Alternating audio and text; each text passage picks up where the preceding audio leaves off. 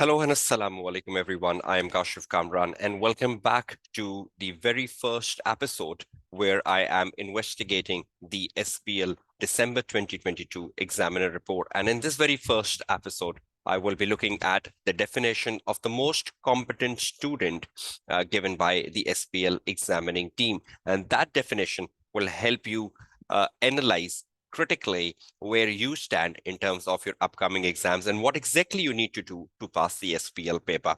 So let's investigate who is the most competent student in SBL and what you should do for it.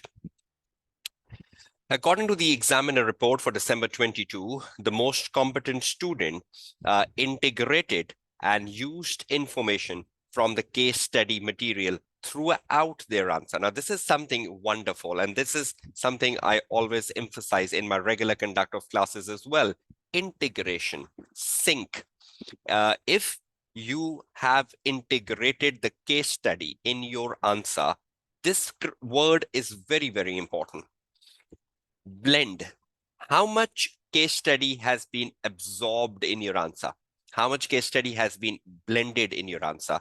How much case study has been integrated in your answer? This is where the success lies in the SBL paper.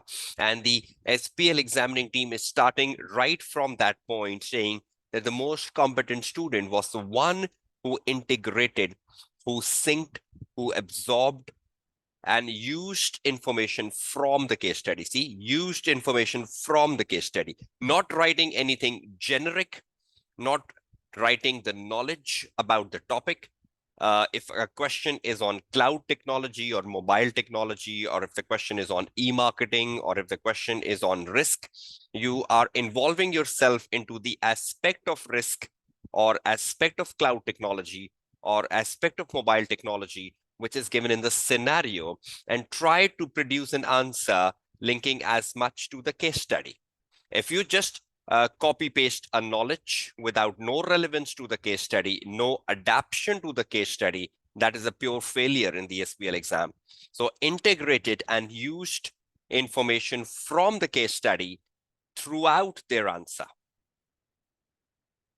Selecting relevant technical knowledge to support the points. Yes, if you are doing a question on mobile technology, you should have a knowledge of mobile technology, which you have taken to exam hall. You should have knowledge about cloud technology. You should know what e-marketing is, or you should know what is a transfer acceptance reduction framework for mitigating the risk.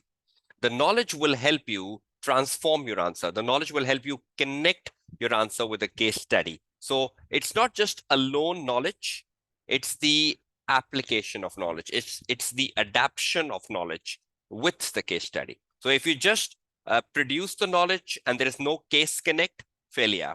You bring the knowledge and you link the knowledge with the case study. You blend the knowledge with the case study, and that blending of knowledge with the case study is success in the SBL paper. Then the examiner tells us that the most competent student is they also demonstrated sound professional skills. And I'll be doing a session on professional skills and how to fetch most of them. But the examining team is saying the student who demonstrated sound professional skill through analysis, evaluation, and sound commercial judgment, and through presenting well-structured answer, was a competent student. So it's not just demonstrating the skills like analysis, like commercial acumen, like evaluation. It's also very important that you have a well-structured answer presented. And I will be giving you a definition of that once we do a session on professional marks from the examiner report. But this is the definition of a most competent student. Number one, you are not just writing the knowledge, you are blending the knowledge with the case study. You are trying to write an answer which is integrated, which is synchronized to the case study. You're trying to make most of the professional marks.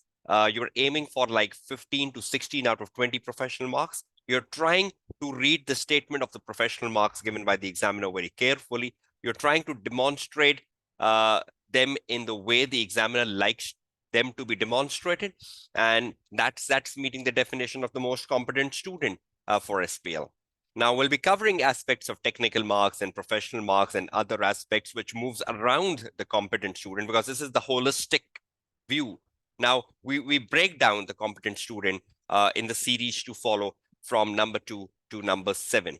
So I hope you utilize this definition and try to be among the most competent students for the upcoming exams. Wish you success and stay tuned for more of this series coming up from the session number 2 to session number 7. Your tutor Kashif Kamran signing off from the first session on investigating the SBL examiner report.